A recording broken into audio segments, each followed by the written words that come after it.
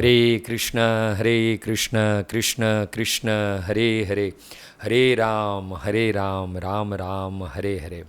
भक्तगण, तो परम पवित्र कार्तिक मास दामोदर मास का शुभारंभ हो चुका है। 7 अक्टूबर से लेके 5 नवंबर तक जो है ये उत्सवों का महीना है। भगवान श्री कृष्ण के द्वारा इस पूरे कार्तिक मास दामोदर मास में अनेकों दिव्य लीला हुई है। और अभी अभी जो है शरद पूर्णिमा बीती है। अब कार्तिक मास कृष्ण पक्ष और चतुर्थी दिवस, जिसे सारा संसार जो है करवा चौथ के नाम से जानता है, बड़ा प्राचीन व्रत है। सुहागन माताएं अपने पति के लंबी आयु, उत्तम स्वास्थ्य, परिवार के कल्याण के लिए इस व्रत को धारण करती है। विधि है चंद्रमा के दर्शन कर चंद्रमा को अर्घ देकर व्रत का पारण होता है। इस व्रत के पुराणों में अनेकों उल्लेख मिलते हैं।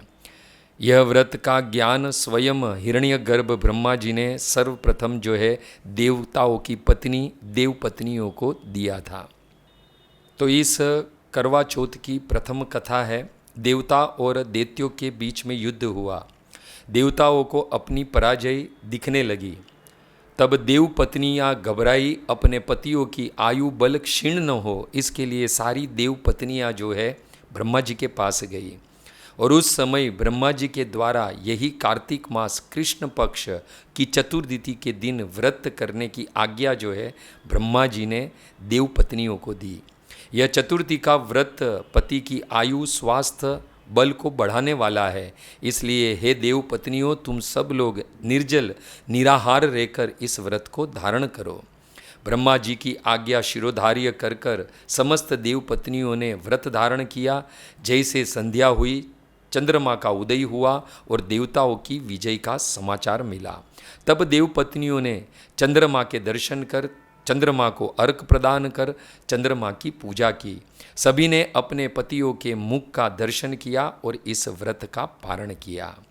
तो पूर्व में यह व्रत मात्र देवलोक में रखा जाता था।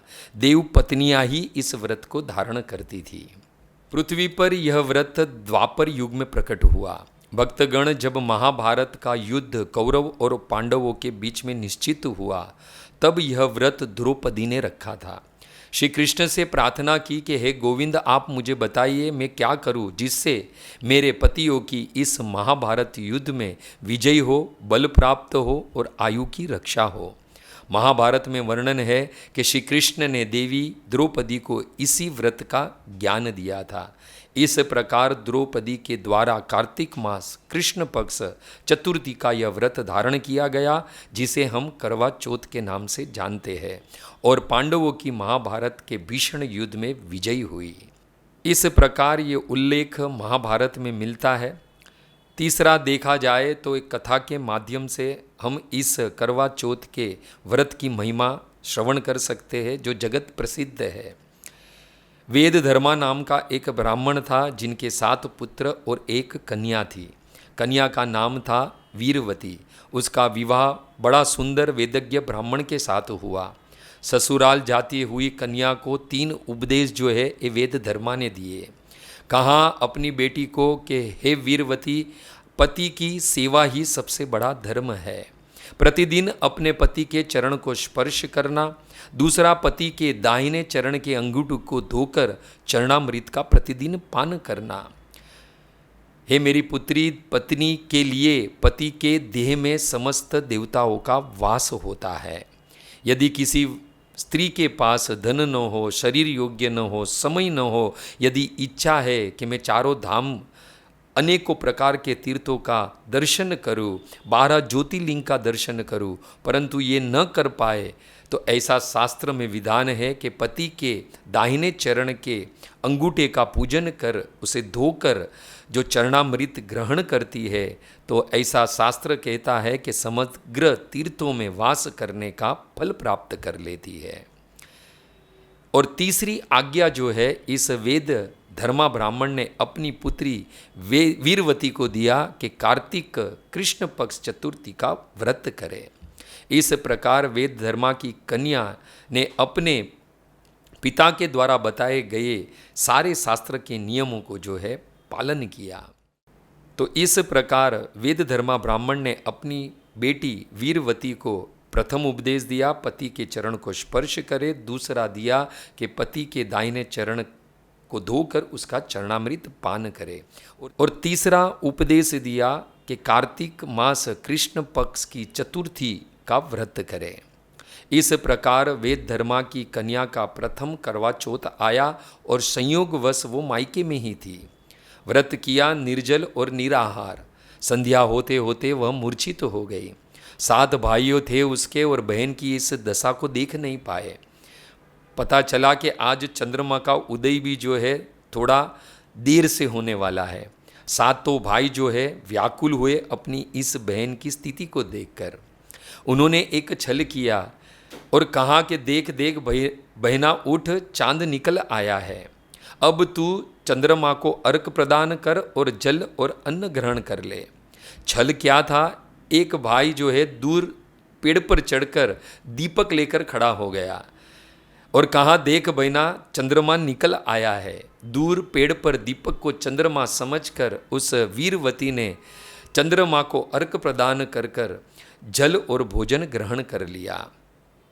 इस प्रकार जो है भोजन करने जब बैठी तब प्रथम कोर में बाल निकला। शास्त्र ऐसा कहता है कि यदि प्रथम कोर भोजन में यदि बाल निकले तो उस भोजन को त्याग देना चाहिए।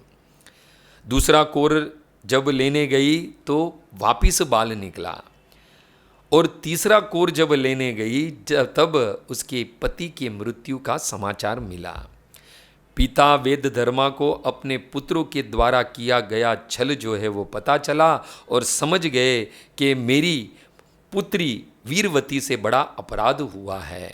तुरंत ही वेद धर्मा और उसकी पुत्री वीरवती जो है दोनों अग्नि में कूदने के लिए तैयार हुए। उसी समय माता पार्वती वहाँ प्रकट हुई और वीरवती से कहा कि तूने छल से व्रत तोड़ा है, इसलिए तेरे पति की मृत्यु हुई है। वीरवती माता पार्वती के चरणों में पड़ गई और बहुत सारी प्रार्थना और याचना करने लगी। कहा माँ, मुझसे बहुत बड़ा अपराध हो गया है, मुझे क्षमा करे। वीरवती का पश्चाताप देखकर माता पार्वती को दया आई और कहा हे वीरवती, मेरे बताए हुए विधिवत श्रद्धा सहित यदि 1 वर्ष तू ये करवा चौथ का व्रत करेगी तो मैं तुम्हारे पति को पुनः जीवन प्रदान करूंगी। विधिवत श्रद्धा सहित 1 वर्ष पूर्ण हुआ और करवा चौथ का दिन आया और उसी दिन इस वीरवती ने जो है माता पार्वती के बताए हुए विधि विधान से श्रद्धा पूर्वक व्रत किया। माँ पार्वती प्रसन्न हुई और उसके पति को जीवन दान दिया और अखंड सौभाग्यवती का आशीर्वाद भी प्रदान किया।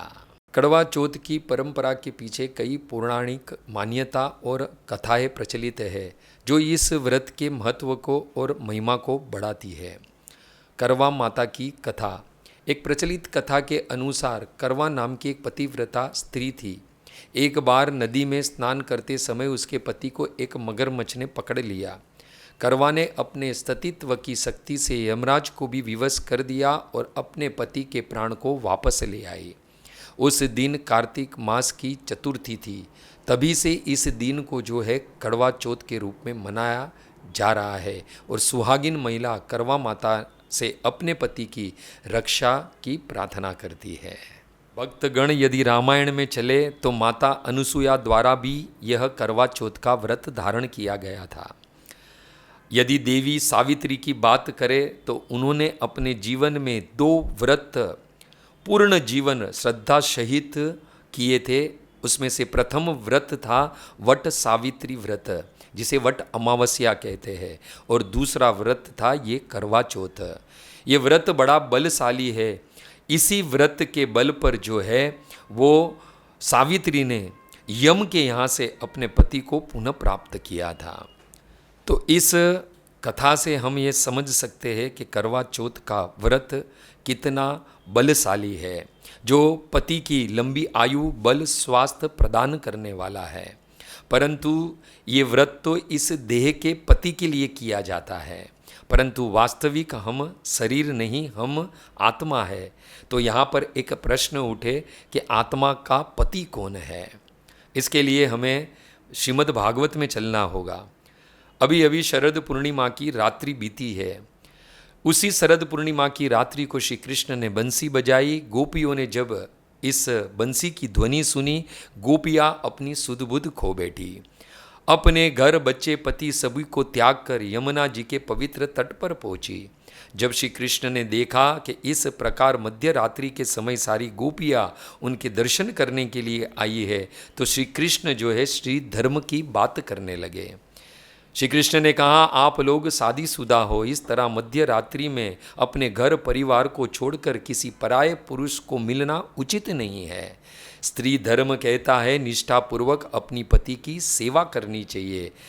इस प्रकार अनेकों श्लोकों में श्री कृष्ण ने स्त्री धर्म का ज्ञान दिया। और उसी के प्रश्न के उत्तर में जो है गोपियाँ एक कथा सुनाती है। कृष्ण से कहती है कि हम आपसे एक प्रश्न पूछ रही है, उस प्रश्न का उत्तर दीजिए, हम यहाँ से चली जाएगी। उस प्रश्न के उत्तर में गोपियाँ एक कथा सुनाती है। गोपियाँ कहती है, हे कृष्ण, एक कन्या का विवाह हुआ। बारात ससुराल जा रही थी। कन्या की माता ने कन्या को एक सीख दी कि देखो बेटी, यह पति जो है वो अब से आपका ईश्वर है, इसकी पूजा करना, प्रतिव्रता धर्म को निभाना, जीवन में सुख और उत्तम संतान की प्राप्ति होगी। कन्या ने अपनी इस माँ की इस बात को गांठ बांध लिया और प्रतिदिन ससुराल जाकर पति की पूजा करती थी और पूजा करने के बाद ही जो है जल और अन्न ग्रहण करती थी। इस प्रकार प्रतिदिन पत्नी की पूजा देखकर पति भी बड़ा प्रसन्न था। एक दिन की बात, कोई कारणवश पति को जो है परदेश जाना पड़ा और यात्रा कई महीनों की थी और साथ ही साथ पत्नी को भी ले जाए ऐसी व्यवस्था नहीं थी। पति ने जो है पत्नी से कहा कि मैं व्यापार से जो है कई दिनों के सफ़र पर जा रहा हूँ। पत्नी ने कहा कि आप जानते हो मैंने व्रत धारण करके रखा है कि प्रतिदिन आपकी पूजा करती हूँ और फिर जो है जल और अन्न ग्रहण करती हूँ। यदि आप चले जाएंगे तो मैं बिना जल और अन्न के तो मर जाऊँगी। पति को भी चिंता हुई। पति ने एक युक्ति की, अपने ही जैसा हूबहू एक मिट्टी का पुतला बनाया और पत्नी को प्रदान किया और कहा कि प्रतिदिन इस मिट्टी के पुतले की पूजा करना और पूजा करने के बाद जो तुम्हारा नियम है जल और अन्न ग्रहण करना। पत्नी को भी ये बात अच्छी लगी। पति परदेश में चला, रोज उस पुतले की पूजा कर जल और अन्न ग्रहण करने लगी। गोपियों ने कहा कि कृष्ण अब जवाब देना कि प्रभु, एक बार यह पत्नी मिट्टी के पुतले की पूजा कर रही थी और सच्चा पति आ गया, दरवाजा खटखटाया। हे कृष्ण, हे प्रभु, अब बताइए कि अब ये पत्नी किसकी पूजा करे, उस मिट्टी के पुतले की या फिर जो सच्चा पति आया है उसकी पूजा करे। आप इस प्रश्न का उत्तर दीजिए। कृष्ण ने कहा, बड़ा ही आसान सा प्रश्न है और उसका आसान सा जवाब है कि जब सच्चा पति आ गया है तो वो मिट्टी के पुतले के पति की पूजा क्यों करे। गोपियों ने कहा, हे कृष्ण, हम आपको यही बात तो समझा रहे हैं कि जब आत्मा के पति को प्राप्त कर लिया तो मिट्टी के पुतले के पास कौन जाए। जब आत्मा के पति को पा लिया फिर इस देह के पति को पाकर क्या लाभ है। हमारी मीरा तो कहती है, ऐसे वर को क्या वरे जो जन्मे मर जाए, वर वरिये गोपाल को मारो चुडलो अखंड रह जाए। तो भक्तों, आत्मा का पति कौन है? आत्मा का पति है एक और एक मात्र हमारे श्री कृष्ण। हमारे वेद शास्त्र में जहाँ जहाँ पति शब्द आया है, पति शब्द का प्रयोग हुआ है, वह एक और एक मात्र श्री कृष्ण को संबोधित करता है। हम सब जानते हैं करवा चौथ का व्रत का पारण कैसे होता है। चंद्रमा का दर्शन कर चंद्रमा को अर्घ और पूजा कर कर इस व्रत का पारण किया जाता है। तो ये चंद्रमा कौन है? श्री कृष्ण के वचन है, श्रीमद् भगवद गीता 10वां अध्याय और 21वां श्लोक। भगवान श्री कृष्ण कहते हैं, अर्जुन, नक्षत्राणाम अहम शशि। ये नक्षत्रों में, सारे नक्षत्रों में जो चंद्रमा है वो मैं हूँ। यानी वास्तविक देखा जाए तो इस करवा चौथ पर जो चंद्रमा का पूजन होता है वो वास्तविक देखा जाए तो श्री कृष्ण का ही पूजन हो रहा है। इस देहधारी स्त्री के पति के रूप में वास्तविक वह कृष्ण की ही पूजा हो रही है, जो हम सभी आत्माओं के पति है। इस प्रकार करवा चौथ का व्रत श्री कृष्ण की पूजा का ही व्रत है, श्री कृष्ण की भक्ति का ही अंग है। तो सभी भक्तों को इस करवा चौथ की शुभकामनाएं। हरे कृष्णा।